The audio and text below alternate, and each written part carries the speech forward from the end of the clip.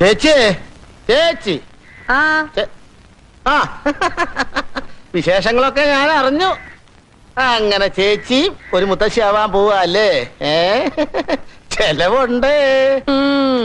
അല്ല, പ്രശാന്തൻ ആളൊരു മിടുക്കനാണല്ലോ. നീ ഒന്ന് പതുക്കെ പറ. ചേച്ചി എന്തിനെന്നെ കാണണമെന്ന് പറഞ്ഞേ? നീ ഒന്നിങ്ങി വന്നേ. കാശ് കാശ് കാശ് തരാനാണോ? എന്തിനാ? പ്രശാന്തനെ വിദ്യം വിചാരിച്ചില്ല അവർക്ക് ഇത്ര പെട്ടെന്ന് കുട്ടികൾ ഉണ്ടാവുമെന്ന്. അവർക്ക് 1 വർഷം കൂടെ കഴിഞ്ഞിട്ട് മതിയെന്നാ പറയുന്നത്. ഹോസ്പിറ്റലിൽ പോകാനേ അവർക്ക് നാണക്കേട്. കല്യാണം കഴിക്കാത്ത പെൺപിള്ളേര് വരെ ഒരു കൂസലും കൂടാതെ ആശുപത്രിയിൽ പോയിട്ട് കാര്യം കഴിച്ചു പോരുന്നു. പിന്നെ ഇവർക്ക് എന്താ അത്ര വലിയ നാണക്കേട്? കുറച്ചു നാളിവിടെ കളിച്ചും ചിരിച്ചും ഒക്കെ കഴിഞ്ഞു കൂടാമെന്ന് വിചാരിച്ചിട്ടായിരിക്കാം. ശാന്തം വന്ന് നിർബന്ധിച്ചപ്പോഴേ ഞാനങ്ങ് സമ്മതിച്ചു. മനസ്സുണ്ടായിട്ടല്ല, പിന്നെ അവരുടെ ഇഷ്ടമല്ലേ. ആ നീ പോയി ആ കേശം വൈദ്യനെ ഒന്ന് കാണണം. എന്തിനാ ചേച്ചി?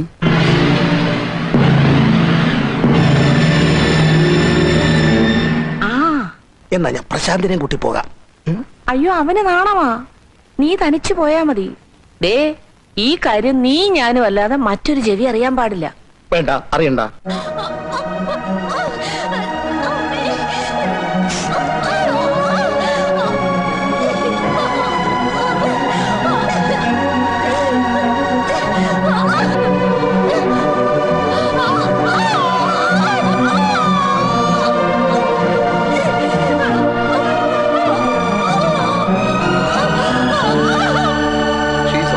ഇന്ന് വൈകിട്ട് പോവാം.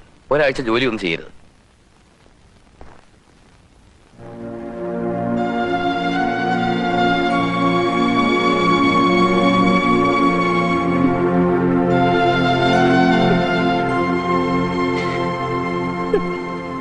കുഞ്ഞ്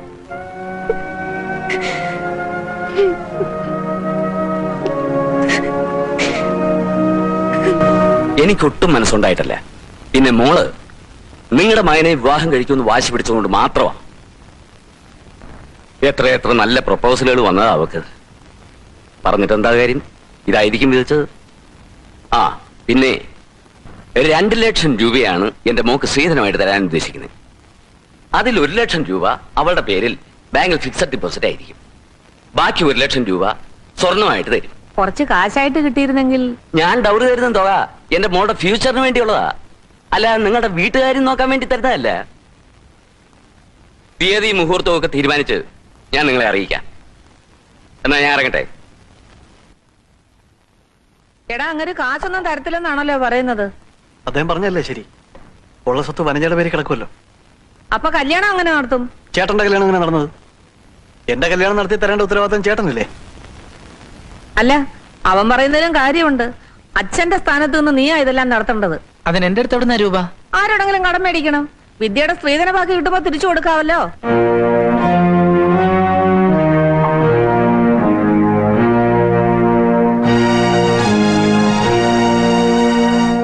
ഗോപാലന്മാര് പറഞ്ഞപ്പോഴാണ് അറിയണത് ഇന്നാ പ്രശാന്തന്റെ അനിയന്റെ കല്യാണം. അവരെന്താ നമ്മളെ അറിയിക്കായിരുന്നു? കുറി അയച്ചിട്ടുണ്ട്, അതും ഇന്നാ കിട്ടിയത്. ബന്ധുക്കാരെന്ന നിലയില് നമ്മളൊന്നും വന്ന് വിളിക്കേണ്ടതല്ലേ? അതല്ലേ അതിന്റെ ഒരു മര്യാദ. പെട്ടെന്നായിരിക്കും, ചിലപ്പോ വിളിക്കാനുള്ള സമയം കിട്ടിക്കാനില്ല. അച്ഛൻ ഇത്ര കണ്ട് പാവായി പോയല്ലോ. സമയമൊന്നും കിട്ടാഞ്ഞിട്ടല്ല, അവരുടെ നിലയ്ക്കും വിലയ്ക്കും നമ്മൾ ചെല്ലുന്ന നാണക്കേടായിരിക്കും. എത്രയും നേരത്തെ കൊടുക്കാനുള്ള രൂപ അങ്ങോട്ട് കൊടുത്തയച്ചാലേ വിദ്യക്ക് മനസമാധാനത്തോടെ അവിടെ ജീവിക്കാനൊക്കൂ.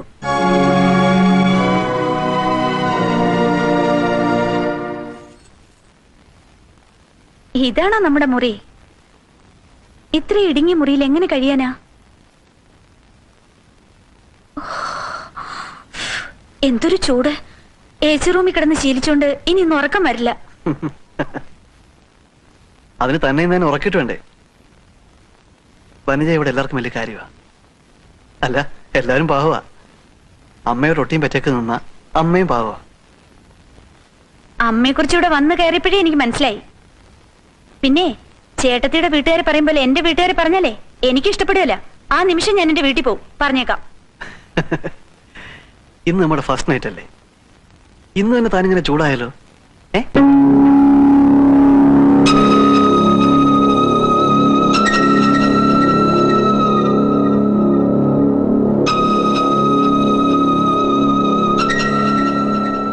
സുഖാണ്.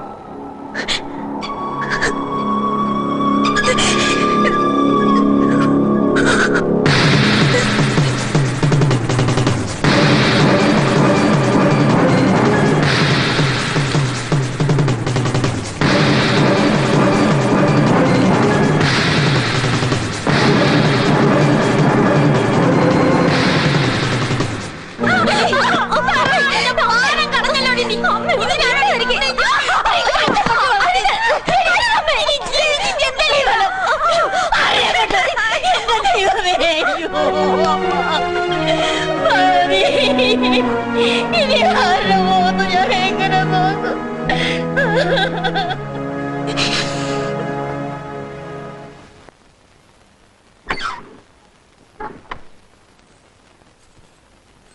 പിന്നെ എന്തൊക്കെയുണ്ട് വനജമോളെ വിശേഷങ്ങള്? കൊടൈക്കനാൽ യാത്രയൊക്കെ എങ്ങനെയിരുന്നു? ബെഡ്റൂമിലേക്ക് വരുമ്പോ കുറെ കൂടെ മാനേഴ്സ് വേണ്ടേ? അത് പിന്നെ വനജമോളെ കണ്ട സന്തോഷം കൊണ്ട് അമ്മയിങ്ങി വന്നതല്ലേ. എനിക്കൊന്നും ഇഷ്ടല്ല. പ്രദീപേ, ആഹാ, മോനിവിടെ ഉണ്ടായിരുന്നോ? പ്രദീപേ, എനിക്കൊന്ന് കുളിക്കണം. വനജമോക്ക് കുളിക്കാൻ ചൂടുവെള്ളം വേണമെങ്കിലേ ഞാൻ വിദ്യയോട് പറഞ്ഞ് ഉടനെ ചൂടാക്കിച്ചു തരാം. പ്രദീപേ, എനിക്കൊന്ന് ഡ്രസ് ചേഞ്ച് ചെയ്യണം. ഞാൻ നിൽക്കുന്നോണ്ടാണോ? എന്നാ അമ്മ പോയി ആ ചൂടോളം എടുത്തോണ്ട് വാ. പ്രദീപേ, ഞാനൊരു കാര്യം പറഞ്ഞേക്കാം. സ്വന്തം മുറിയിലെങ്കിലും എനിക്ക് കുറച്ച് പ്രൈവസി വേണം. അമ്മയുടെ മുഖം എന്താ ഒരുമാതിരി തേള് കുത്തിയതുപോലെ. രണ്ടാമത്തെ മരുമകൾ മുറി നിറക്കി വിട്ടോ? ഏയ്, ഞാൻ ഓരോ വിശേഷങ്ങളൊക്കെ ചോദിക്കല്ലേ. പിന്നെ വിദ്യാട്ടത്തിയുടെ അടുത്തെടുക്കുന്ന അടവൊന്നും 2 ലക്ഷത്തിന്റെ ചെലവാകുകയല്ല. സൂക്ഷിച്ചും കണ്ടു നിന്നാ കൊള്ളാം. നീ പോടാ അവിടുന്ന്. ഞങ്ങളുടെ മുറി മാത്രം തൂക്കാനും തുടയ്ക്കാനും ഇവിടെ എന്താ ആളില്ലേ? നീ ഇന്നവരുടെ മുറി തുടച്ചില്ലേ വിദ്യേ? തുടച്ചു. മറ്റുള്ളവരെ ബോധിപ്പിക്കാൻ വേണ്ടി എന്തെങ്കിലും ചെയ്തിട്ട് കാര്യമില്ല. ആ, ചിലരുടെ മുറി ശരിക്കും വൃത്തിയാക്കിയില്ലെങ്കിൽ നാറും. ഈ പെർഫ്യൂമിന്റെയും ലാക്ടോകലാമിന്റെ ഒക്കെ നാറ്റേ എന്തൊരു ബോറാ, ഇല്ലമ്മേ? ഇത് ആർക്ക് വെച്ചിരിക്കുന്നാടി? അവനൊന്നും തിന്നുന്ന പാത്രമെങ്കിലും ഒന്ന് കഴുകി വെച്ചൂടെ? നാളെ നീ ഒരുത്തോണ്ട് പുറക്കേണ്ടതാ. അന്നേരം ഞാൻ ചെയ്തോളാം. ആഹാ, പ്രസന്നെ പാത്രം കഴുകിക്കാൻ നിന്നോടാ പറഞ്ഞത്. എന്നെ കൊണ്ട് പറ്റില്ല. പ്രസന്നെ പൊയ്ക്കോട്ടെ പ്രസാദേ, ഞാൻ കഴുകി വെച്ചോളാം. വിദ്യാർത്ഥി ആ പാത്രം തുടരുത്, നിന്നോടാ പറഞ്ഞത്. എന്നെ കൊണ്ട് സൗകര്യമില്ലെന്ന് പറഞ്ഞില്ലേ പ്രസാദേ? എന്തിനാണ് അവളെ അടിച്ചത്? വലിയ ആളാവില്ലേ? ഇവിടെ ചോദിക്കാനും പറയാനൊക്കെ മൂത്തവരുണ്ട്. മൂത്തവരുടെ കഴിവുകൾ കൊണ്ടാ ഇവളിങ്ങനെ വഷളായത്. ഇനി മുതലേ അവനവന്റെ ജോലി അവനവൻ തന്നെ അങ്ങ് ചെയ്താൽ മതി. നീ ആരാടാ അതൊക്കെ പറയാൻ? ഞാൻ ആരാണെന്ന് അമ്മയ്ക്ക് ഇതുവരെ അറിയില്ലേ? എടാ ശാന്ത, നിന്റെ കല്യാണം കഴിഞ്ഞിട്ട് 6 മാസമായി. ശ്രീധര ബാക്കി തരാമെന്ന് പറഞ്ഞ ദിവസമായി ഇന്ന്. അവിടെ ഇപ്പൊ കുറച്ച് ബുദ്ധിമുട്ടില്ല. കുറച്ചു ദിവസം വൈകുന്നല്ലാതെ അച്ഛൻ കൊണ്ടൊന്നും തരാതിരിക്കില്ല. ഇനി അങ്ങനെ വൈകാൻ ഒക്കില്ല. അന്തസ്സുള്ളവരാണെങ്കിൽ ഇന്നലെ കൊണ്ട് തരേണ്ടതല്ലേ? ചതിക്കുന്ന കൂട്ടരാ. ഒന്ന് ഓർമ്മിപ്പിക്കേണ്ട ചുമതല നമുക്കുള്ളതാ. ഞാനിപ്പോ എന്ത് ചെയ്യണം? വിദ്യയുടെ അച്ഛനെ പിടിച്ചേറ്റി അമ്മയുടെ കയ്യിൽ കൊണ്ടുവരണോ? അയ്യണ, അവിടെ വീട്ടുകാരുടെ കാര്യം പറയുമ്പോഴേക്കും അവന് 4 നാക്കാണല്ലോ. എന്നെ കൊണ്ടൊന്നും പറയിപ്പിക്കരുത്. വേഗം അവളെ അങ്ങോട്ട് പറഞ്ഞു വിട്. മോൾ ഒറ്റയ്ക്ക് കയറി ചെല്ലുമ്പോഴേ കാര്യത്തിന്റെ ഗൗരവം മനസ്സിലാകത്തുള്ളൂ.